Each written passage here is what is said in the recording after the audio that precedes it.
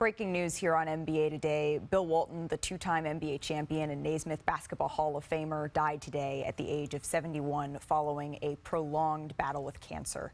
He was surrounded by his family.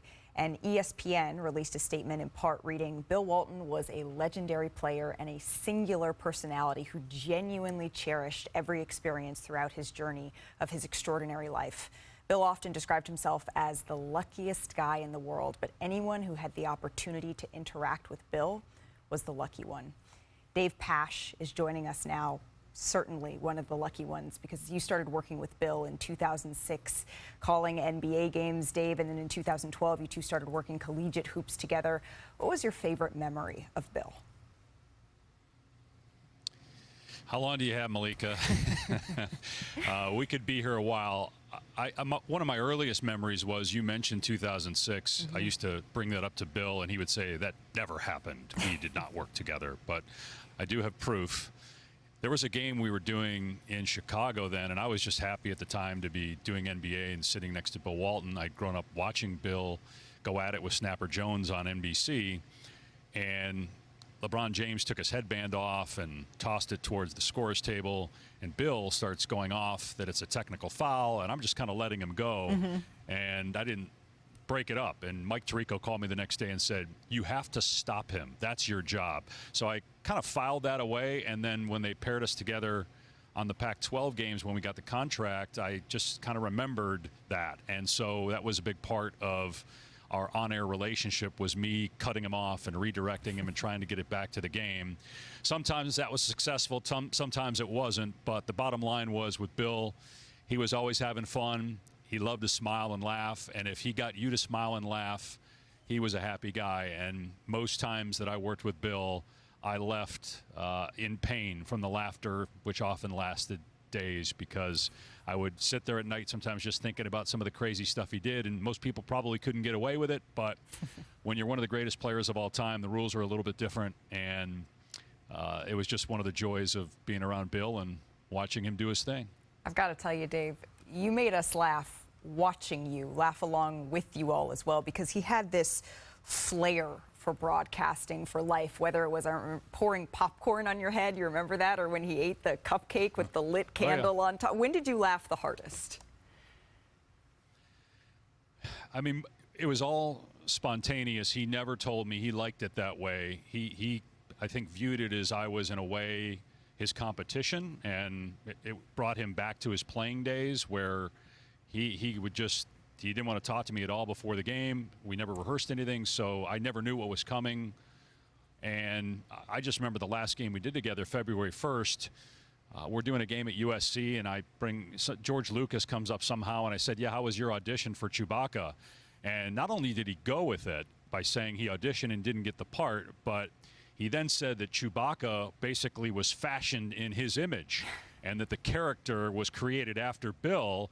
And we totally made the story up. And all of a sudden, like People magazine, all of these Hollywood reporters are writing stories, and they're finding old George Lucas quotes about how actually Chewbacca was not created in the image of Bill Walton. But he and I just died laughing how people took it so seriously. And that was my most recent memory because it was the last time I saw him. But there were so many over, the last 12 years, especially on the Pac-12 games. He had so many sayings, so many stories, catchphrases that have been replaying in my mind all day, Dave. He called the Pac-12 the Conference of Champions. Of course, won 2 championships with UCLA.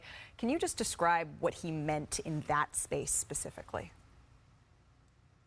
Did he actually say that? I don't think I ever heard that. Did he really call it Conference of Champions? Or was that just a bad dream?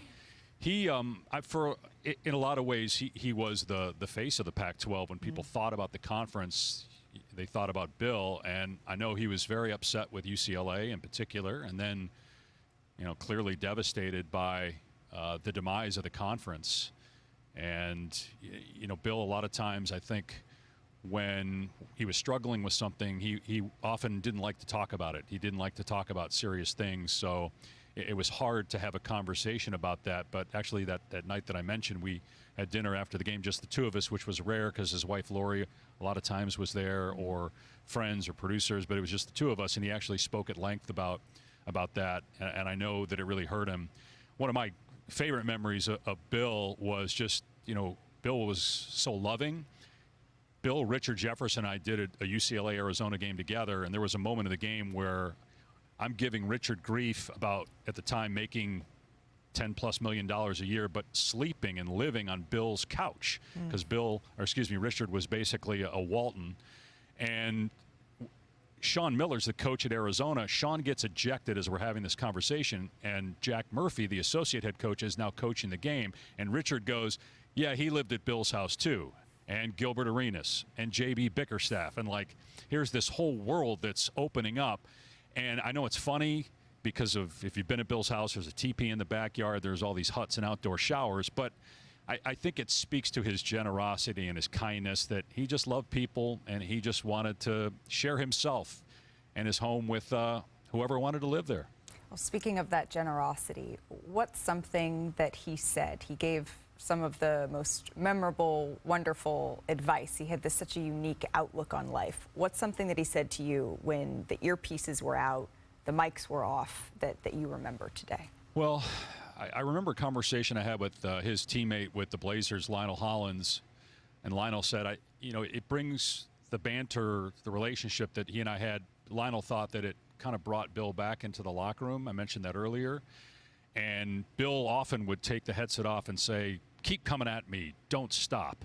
Or before the game, he'd say, no matter what I say or what I do, know that I love you, but don't tell anybody. He just loved, I think he wanted people to think that we were mortal enemies because we were very different and saw the world very different ways, but, still had a great relationship and loved each other.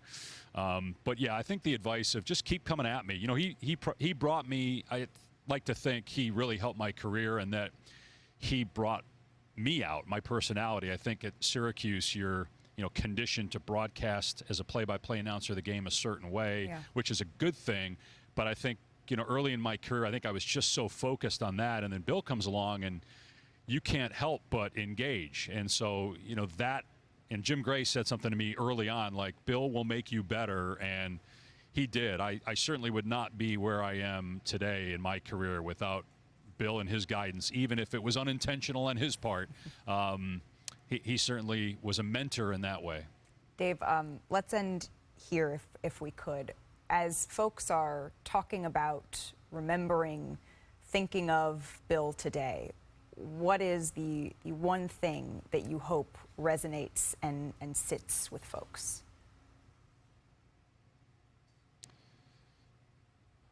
Wow.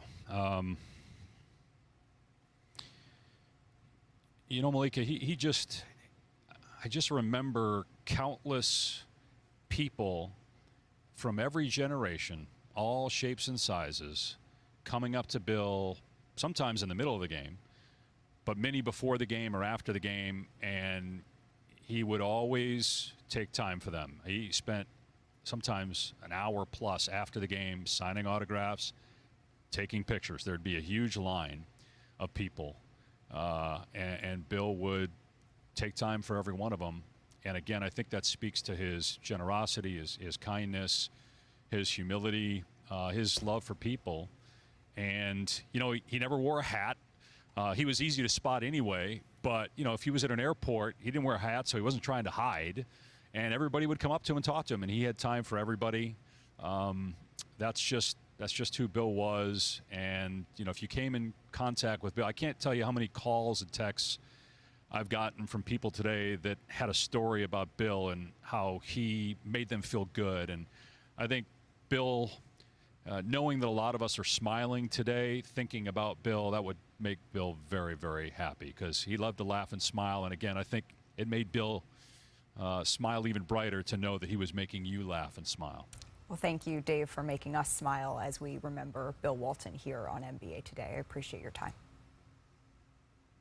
It's an honor to talk about Bill. Thanks, Malika. Dave mentioned the memories, the outpouring of stories on Bill Walton.